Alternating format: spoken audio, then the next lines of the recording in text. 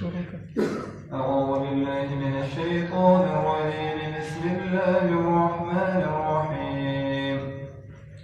إن أصحاب الجنة اليوم في شغل فاكهون هم وأزواجهم في ظلال على الأرائك متكئون لهم فيها فاكهة ولهم ما يدعون سلام قولا من رب رحيم.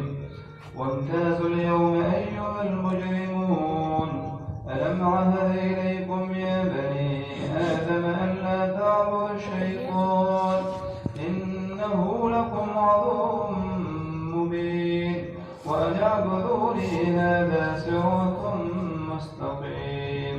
ولقد أضل منكم جبلا كثيرا أفلم تكونوا تعقلون.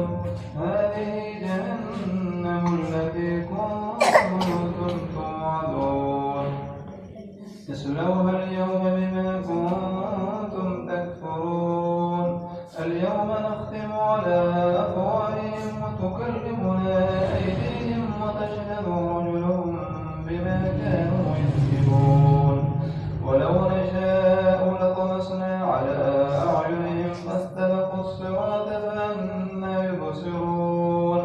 ولو نشاء لمسخناهم على مكانتهم فما استطاعوا مضيا ولا يرجعون. ومن نعمره نكسه في الخلق أفلا يعقلون.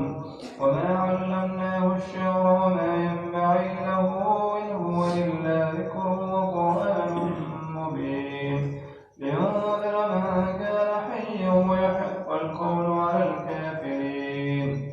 أولم يروا أنا خلقنا لهم مما عملت أيدينا أنعاما فهم لها مالكون. وذروا الله لهم فمنها ركوبهم ومنها يأكلون ولهم فيها منافع ومشارب أفلا يشكرون. واتخذوا من دون الله آلهة لعلهم ينصرون. لا يستطيعون نصرهم وهم لهم جند محضرون. فلا يحزنك قولهم إنا نعلم ما يسرون وما يعلنون. أولم ير الإنسان أنا خلقناه من نطفة فإذا هو خصيم مبين. وضرب لنا مثلا ونسي خلقه قال من يحيي العظام وهي رميم. قل يحييها الذي أنشأها أول مرة وهو بكل خلق عليم. الذي جعل لكم من الشجر الأخضر نارا فإذا أنتم منه توقدون. أوليس الذي خلق السماوات والأرض بقادر على أن يخلق مثلهم بلى وهو الخلاق العليم.